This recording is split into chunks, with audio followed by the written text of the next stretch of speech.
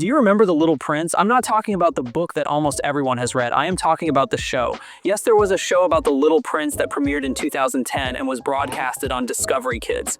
Although it was a bit different from the book since the only thing the book and the series had in common was the characters, but it was still really good. It had this weird magical feeling that made it super different from the other shows on Discovery Kids. Honestly, some kids even found it a little creepy. But the story itself, it was really beautiful and actually meant something. So in this video, I just want to talk about a few things. What the story was all about, how the show even came to exist, what changed from the book, and the craziest part, how some of it is now kind of lost and hard to find.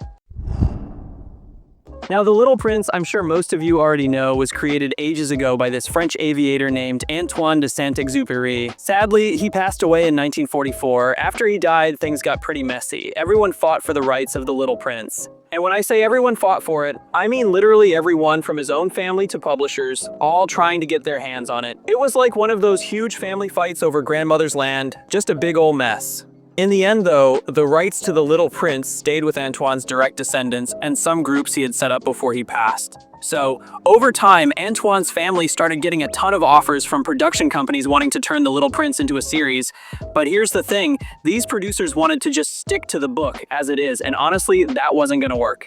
I mean, the book is only about 80 pages long depending on the version, and we all know that's not even close to enough for a whole season of a show. That's when Antoine's great-nephew, D'Antoine, teamed up with some French production folks in Sony to do something different. Instead of just rehashing the book, they came up with The Little Prince, the animated series, a show that uses the characters from the original story but tells a completely new adventure. But before we jump all the way into the show, I think it makes sense to quickly go over the original story, so later you can see how different the 2010 series really is. At first glance, The Little Prince looks like a simple kid's story. But this book is way deep than you think. It's the kind of story where every person sees something different in it depending on their life, their feelings, their experiences, all that good stuff. The main character is an aviator who, when he was a kid, liked to draw. But adults never understood his drawings. So he grew up feeling pretty misunderstood. Then one day, as an adult, dude crashes his plane in the middle of the desert and got stranded. And out of nowhere, this little blonde boy with funky clothes shows up and says, "Hey, can you draw me a sheep?"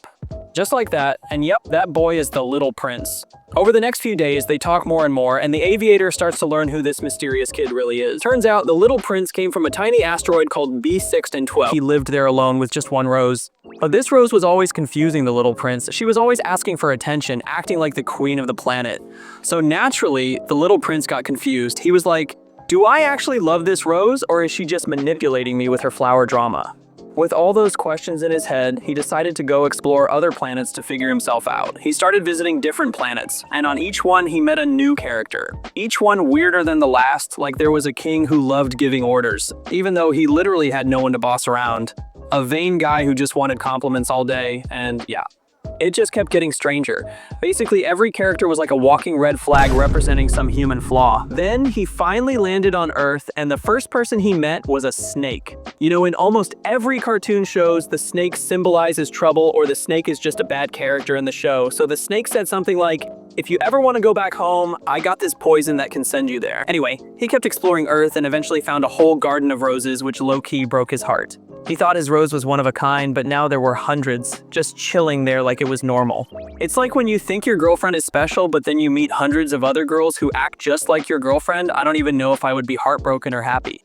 Anyway, the Little Prince met a fox, and this fox changed everything. The fox taught him about friendship, love, and emotional bonds. It made him realize his rose was special, not because she was the only one, but because he chose her, took care of her, and built a connection with her. So after all that growth and soul-searching, the Little Prince decided to go back home.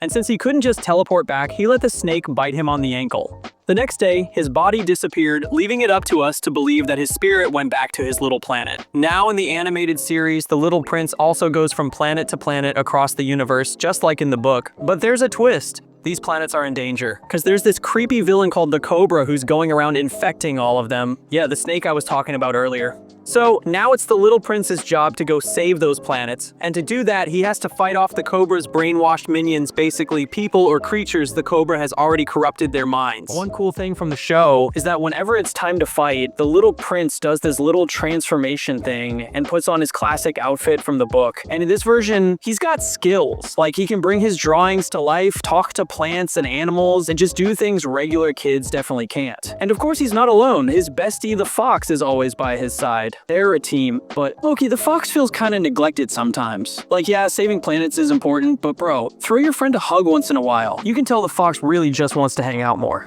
You always do this. You admire sunsets, you gaze at stars, you listen to flowers, and when we're not crossing the galaxy in search of the snake, you write letters to your rose. And what do? I play alone. Look at that planet. The snake must have come this way.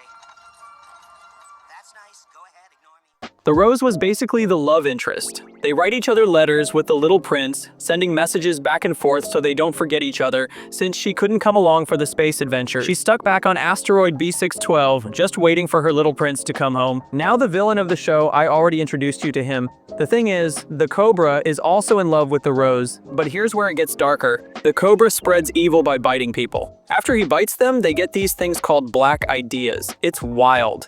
He tricks people into thinking their biggest dreams have come true, so they stay stuck in a fake reality. That's what gives him power. He feeds off negativity and delusion, basically. Also, one major difference is that in the original book, the Little Prince visited each planet for like a page. But in the series, he lives on these planets. He spends about 43 minutes on each, which is basically 2 whole episodes per planet.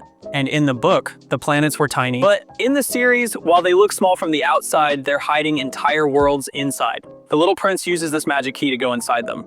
Now look, the series isn't a 100% faithful adaptation of the book, but honestly, that's a good thing. The book is a masterpiece, sure, but it's not enough material to stretch into a full TV show. So the creators took the vibe, the soul, the philosophy, and built something new around it.